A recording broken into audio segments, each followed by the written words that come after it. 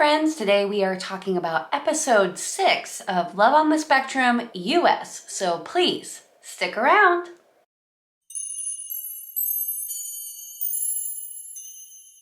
Hi friends, my name is Claire and this is my channel.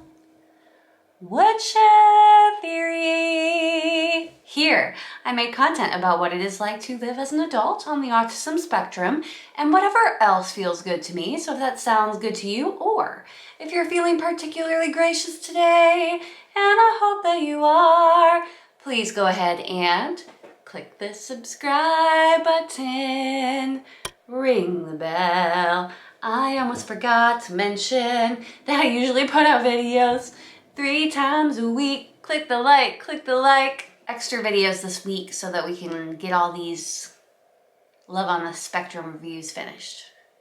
Friends, we have reached the final episode of our Love on the Spectrum US journey. We are at the 6th episode of the 1st season, and so far, so good. I have not been super offended by anything that has happened in the show. Slightly offended? Yes. But I knew that that was going to happen because I came in with low expectations. So far, I'm pretty pleased with what I'm seeing. We start this episode off back with Dani at her speed dating that she has been going to, and she has already had 2 different speed dates, and she moves on to her 3rd. And here she meets Adon, who also is ASD, and he's studying animation in college. I am so excited at this point because on paper, this is the perfect match for Dani. Every single thing that she has said that she's looking for in a match, he meets those qualifications and specifications, and he seems like a really nice guy. So I was super excited for this to happen. She finishes up her speed date with Adon and then goes on and has one other speed date with Clint from Ohio. It's kind of an awkward speed date, so I won't go into that. Afterwards, we find out that Dani has matched with Mark, Adon, and John, and she ends up deciding to go on a date with Adon, which I thought was a great idea because, again, he is everything that she is looking for on paper. Especially, they both have this love for animation, and that was number 1 on her list. He is getting his degree, so he's educated. He has career goals that are in line with her, so I was really excited that she did decide to go on a date with him. Their date seemed to go okay. First of all, the jumpsuit that you were wearing, Dani, you look great on every date, so please be my personal stylist. You looked amazing in that jumpsuit. What I found really interesting about Dani's date with Adon was that she made it clear from the very beginning that she wasn't necessarily super attracted to him, and it was apparent throughout the date that she didn't want to be mean to him and say, I don't think you're that attractive, but she did beat around the bush and say every other thing. Like, oh, it's what's inside that matters. You can't judge a book by its cover, which I thought was really interesting that she felt this way because she was obviously super attracted to Solomon, but I thought that Adon was really cute too. I didn't think they looked that different, but you know, everyone has their own opinions. The thing I thought that was interesting about this, about her almost, it seemed compulsive to me as a compulsive person. It seemed like she really wanted him to know that she didn't find him particularly attractive. And I think that if you are somebody who deals with compulsive behavior, if you're having that thought in your mind, it's just completely playing over and over and over again. And it's like this itch, like you have to scratch it, you have to say something because you feel like you're not being fair. Autistic people want to be truthful and honest at all times. So I felt like, you know, the better thing would have just been to not say anything at all and to just go forward with the date. But I did want to mention it because I understood her behavior as a person who is on the spectrum and also struggles sometimes with compulsive behaviors. So I did understand where Danny was coming from, but I have learned in my years that you need to take a deep breath and not mention stuff like that, because if it really doesn't matter, then you don't really need to bring it up anyway. One of the things I really noticed about Danny and Adon is that Adon really, really made her laugh so hard. Harder than Solomon ever made her laugh. And I think that they are a super good match. They have kind of awkward conversation. This is Adon's first ever date, and he's not sure or used to what to do, but in general, I think that they both agreed on everything, and it seemed like it was a good match. I think maybe some of Danny's hesitancy with Adon is that she really liked Solomon, and then Solomon didn't fit into her exact picture of what she is looking for her future. And I was thinking about this because it's an experience that I've had before as well when I was younger, where I felt that I had very stringent expectations and I wanted all of those things to match up before I move forward in a relationship with someone. I feel like I'm less that way now, especially since being diagnosed and understanding that that's something that I struggle with, like these stringent guidelines and expectations. But it's just something that I noticed, and I've found watching this series it to be really interesting. I feel very connected to Danny because I feel that I have had very similar experiences in my dating experiences. Anyway, date seemed to go well. He agreed with her on everything. They both seem to have similar values, similar goals. As I mentioned, she really laughs with him. She likes that he has a driver's license. At the end of the date, things kind of get quiet and awkward. I don't think that our friend Adon knows what to do at the end of the day because he's never been on one. So she actually asks him out for a second date, and then they hug, and that's kind of how things finish up. So I thought that it was really interesting that she was interested in going on a second date with him. She could see that there was potential, even though she wasn't sure if she found him attractive, and she wanted to get to know him better. Now we go back to probably my favorite couple, Sabode and Rachel, on the show. At this point, Rachel is coming over to Sabode's house to meet his family, and they start with Sabode talking to his family and saying, "Oh, my girlfriend is coming over."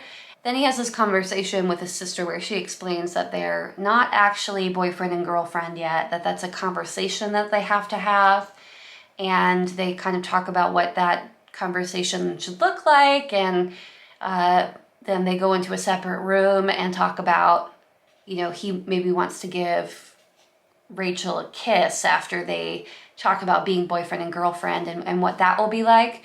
And I love that he said that he was a little bit nervous, because who isn't nervous for the first kiss? I remember I was sweating for mine. So then Rachel comes to the door, he lets her in, she meets the family, they have a good conversation. Sabode starts showing her a special interest of his, which are his airline cards, which I thought were really interesting, that he really wants to share his love of travel with her. She talks to the family, they get to know each other a little bit better. She talks about how she likes dancing, and then they have lunch. Sabode had made a vegan pad thai for her, which it seemed like everyone really enjoys, and that he's a really good cook, so I was impressed by that. Afterwards, they go out and talk alone, and he asks Rachel to be his girlfriend, which was so sweet. She is blown away. She says, of course. He's like, okay, that's a yes. He gives her a kiss on the cheek. He asks first, just like he talked to his sister about. What is not to like about this scene? It's obvious that they both like each other. They're both smitten for each other. They really enjoy each other's company. And, you know, Rachel has always dreamed of having a boyfriend, and she really likes Sabode, and she just didn't know that he was going to ask for them to start being official. And it's so sweet. Cut to them going back inside and kind of talking to her family about how they're boyfriend and girlfriend now. And I thought it was really sweet to see that both of his parents teared up, because it's obvious that they really care about their son and about his happiness. And sometimes when you're on the spectrum, you know, everyone has a different life that they lead, and it's not common a lot of times for people on the spectrum to find someone to date. And you could tell how happy they were for him. So I really loved that dynamic between him and his family. So I was just so excited that they were official. I hope nothing but the best for them. They're a cute couple. And yeah, way to go, Sabode and Rachel. Cute couple. Then we go back to my favorite, Steven from San Francisco. He has decided that Candida is not the person for him. They don't have that spark, as we mentioned before. So he decides to set up a date with Connie, who he met on a dating site. And they both love the water, so they plan a date down at the pier in San Francisco, and they plan to go out on a boat together. They meet, it's a little bit awkward. There doesn't seem to be a spark there, but Connie's pretty good at conversation. She talks about being a native San Franciscan and how they've both been in San Francisco for a long time. She is a Trekkie, which, you know, I wouldn't consider myself necessarily 100% a Trekkie, but pretty close. I've seen a lot of Star Trek, so I completely vibed with her there. She mentions that the reason that she wanted to have her kids in SF is that that's the home of Starfleet, and I thought that that was really cute. So I really liked Connie, and she had brightly colored hair, so I think Connie and I could be friends. Call me Connie. So things are a little bit awkward, but they push forward with the date anyway. They go and they see the sea lions down at the pier, which if you're in San Francisco, definitely check out the sea lions because they are so cute. They are so funny, and yeah, I like the sea lions. Kind of talk about that for a while, and then they go on a private boat ride around the bay.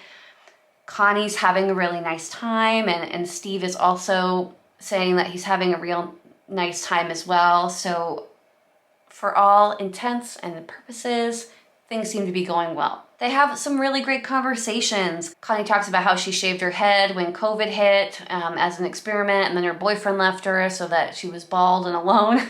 I thought that was pretty interesting. She talks about having children, and does Steven like kids? He says that he does like them, but he doesn't have any kids.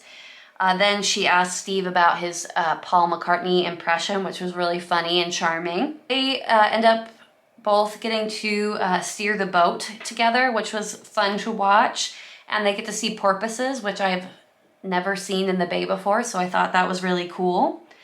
At the end of the date, she is interested in getting to know Steven better, Connie. So Steven isn't asking her to see each other again, and she kind of hints that she would like to see him again and go on a second date. It doesn't seem that Steve was getting that from her, so the production team does say, hey Steve, I think she's asking you out. What do you think? And he said that he liked to think about it. They part on good terms, and the date is over. At that point, the next time we see Steve, he's calling his assistant and letting her know how the date went. It just happens that, you know, Steven had a lot of fun with Connie, but he doesn't feel like that's his type. He doesn't feel like they fit well together romantically, so he's not interested in moving forward. But he has hopes for the future and wants to continue trying to date.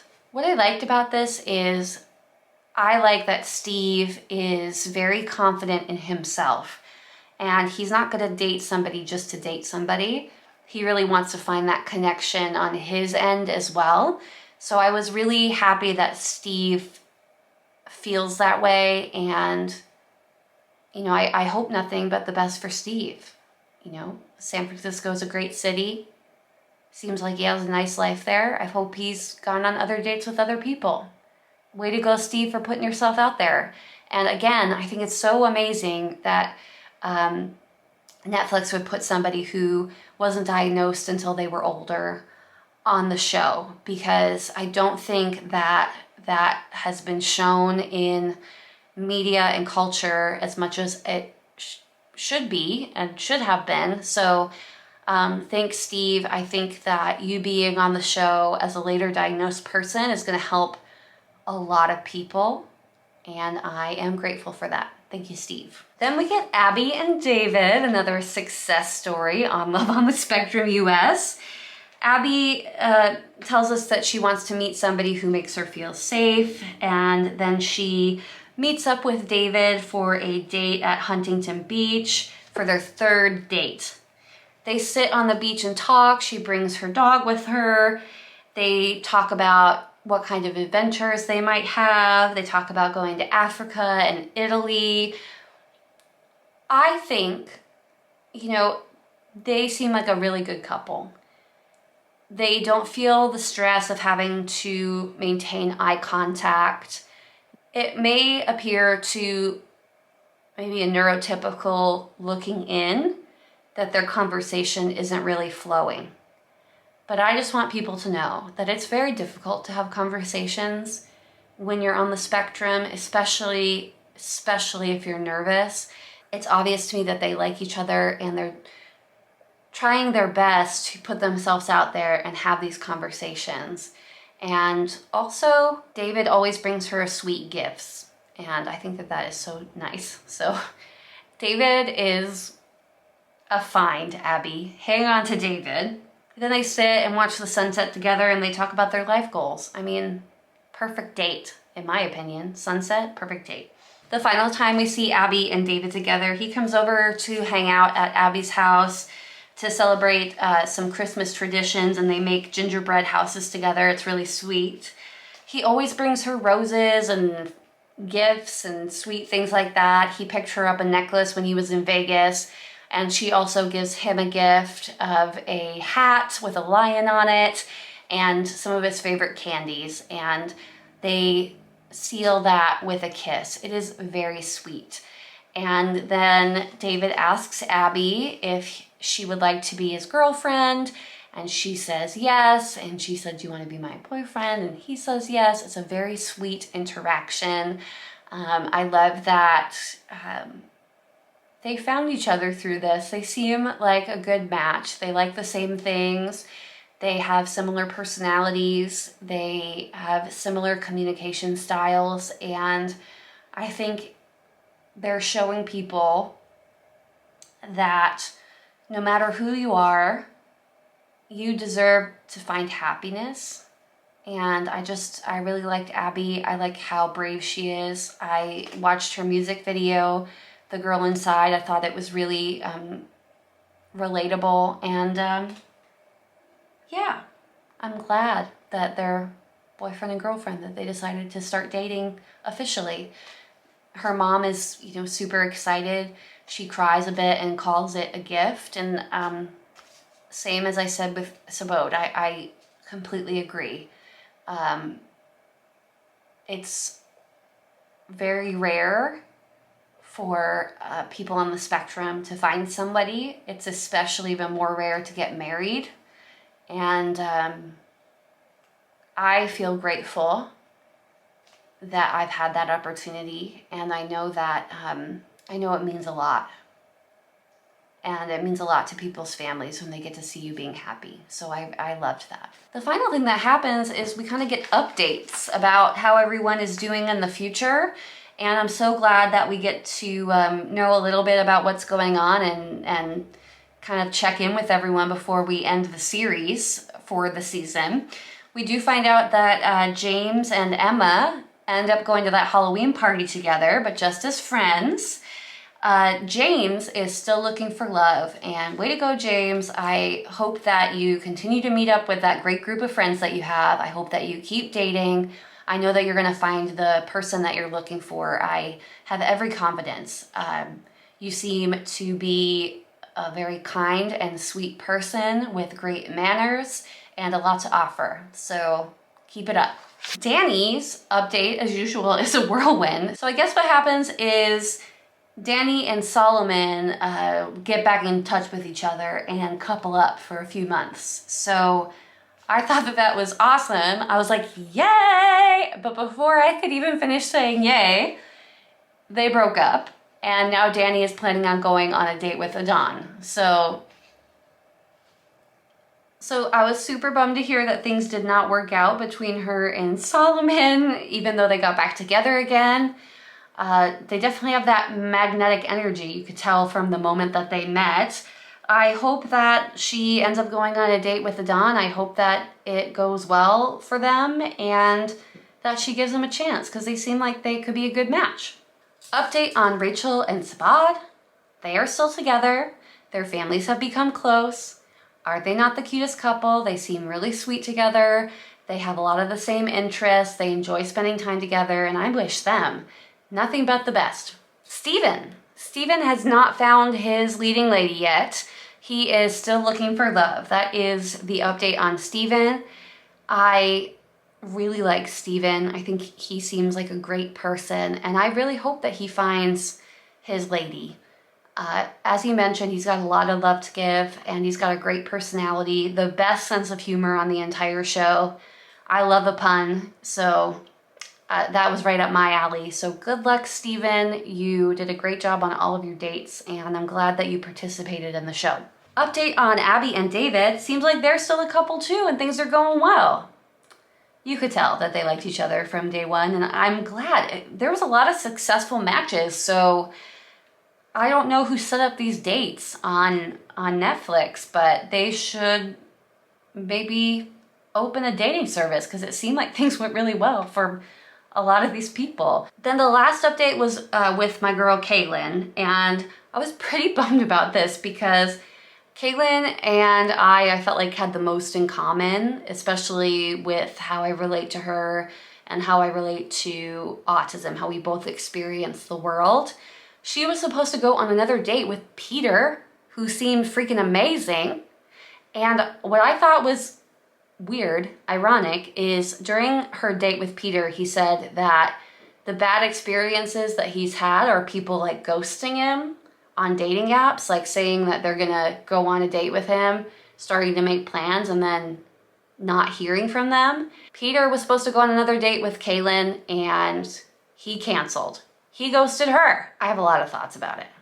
Peter, you let me down, Peter.